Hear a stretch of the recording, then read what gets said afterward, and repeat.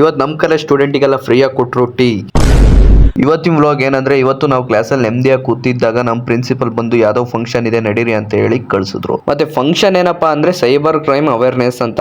ಈ ಫಂಕ್ಷನ್ ಅಲ್ಲಿ ಪೊಲೀಸರು ಒಳ್ಳೆ ಮಾಹಿತಿನೇ ಕೊಟ್ರು. ಏನಂದ್ರೆ ಈ ಸೈಬರ್ ಕ್ರೈಮ್ ಗೆ ಹೆಂಗ್ ಒಳಗಾಗ್ತೀವಿ, ಮತ್ತೆ ಯಾವ ತರ ಆಕ್ಸಿಡೆಂಟ್ ಗಳಾಗುತ್ತೆ, ಮತ್ತೆ ಯಾವ ತರ ನಾವು ದುಶ್ಚಟಗಳಿಗೆ ಒಳಗಾಗ್ತೀವಿ ಅಂತ ಎಲ್ಲಾನು ತಿಳಿಸಿ ಹೇಳಿದ್ರು. ಆಮೇಲೆ ನೀವು ಏನಾದ್ರು ಸೈಬರ್ ಕ್ರೈಮ್ ಒಳಗಾದ್ರೆ 1930 ಅನ್ನೋ ಕಾಂಟ್ಯಾಕ್ಟ್ ನಂಬರ್ ನ ಕಾಂಟ್ಯಾಕ್ಟ್ ಮಾಡಿ. ಇಷ್ಟೆಲ್ಲ ನಮ್ಮ ಮಾಹಿತಿನ ಹೇಳಿದ್ರು ನಮ್ಮ ಹುಡುಗರು ಮಾತ್ರ ಮೊಬೈಲ್ ನೋಡ್ಕೊಂಡು ಅಡಿಕ್ಟ್ ಆಗ್ಬಿಟ್ಟಿದ್ರು. ಇಷ್ಟೆಲ್ಲ ಮಾಹಿತಿ ತಿಳಿಸಿದ್ಕೆ ಅವರೊಂದು 15 ಕ್ವಶನ್ ಟೆಸ್ಟ್ ಮಾಡಿದ್ರು. ಈ ಟೆಸ್ಟ್ ಅಲ್ಲೂ ನಮ್ಮ ಹುಡುಗರು ಕಾಪಿ ಹೊಡಿತಾವ್ರೆ. ದೇವ್ರು ನಿನ್ಗೆ ಒಳ್ಳೇದು ಮಾಡ್ತದ, ನಿನ್ ಜನ್ಮಕ್ಕೆ ಹೋಗೋ.